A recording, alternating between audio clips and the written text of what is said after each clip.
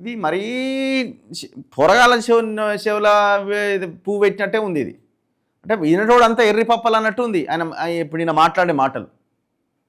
బీజేపీలో కూడా అంతే ఉన్నది. ఇప్పుడు ఎలక్షన్లకి ముందు 2023 ఎలక్షన్లకి ముందు కవిత అరెస్ట్ కాలేదు, ఎందుకు చేస్తలేరు, లిక్కర్ స్కామ్లో అన్న దాంట్లో ఒక అర్థం ఉన్నది.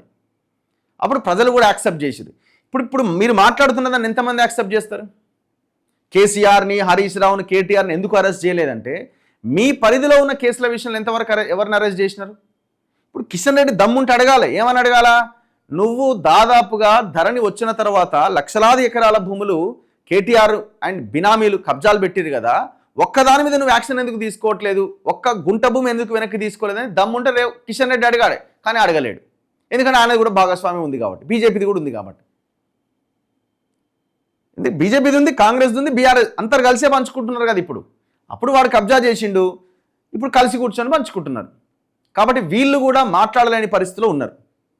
ఇప్పుడు రేవంత్ రెడ్డి అంటున్నాడు ఆయన అరెస్ట్ చేయడానికి అవకాశం లేదు.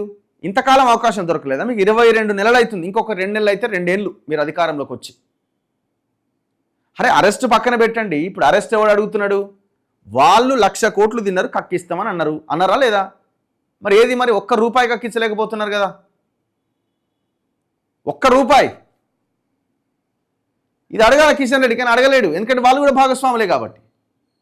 ఇప్పుడు నేను అడుగుతున్నాడు, ఫార్ములా ఈ కేసులో కేటీఆర్ అరెస్టుకు గవర్నర్ అనుమతి కోరి 2 నెలలైనా స్పందన లేదా అని అంటున్నాడు. ఫార్ములా కార్ రేసులో అసలు కల్ప్రిట్ ఎవడు? కేటీఆర్తో పాటు గ్రీన్కో అనిల్ ఇప్పటికే చాలామంది కాంగ్రెస్ లీడర్లను మిమ్మల్ని కూడా కలిసినట్టు మాకు ఇన్ఫర్మేషన్ ఉన్నది. మరి నిజంగానే చెప్పాలి, మీరు కలిసిండా లేదు? మరి అసలు కల్ప్రిట్ మీతోనే కలిసినప్పుడు మరి కేటీఆర్ ఎట్లా అరెస్ట్ అవుతాడు? ఈ ప్రశ్న మేము 2-3 నెలల నుంచి అడుగుతున్నాం. మేము గవర్నర్కి ఇచ్చిన, గవర్నర్ సంతకం పెడితే తెల్లారి అరెస్ట్ అవుతాడు అన్నట్టు చెప్తున్నారు మీరు. ఇంతకాలం ఎందుకు కాలేదు? ఎవరిని ఎందుకు చేయలేదు? ఫోన్ ట్యాపింగ్ కేసు ఏమైంది? అందరు మీరు బదులుకున్నారు.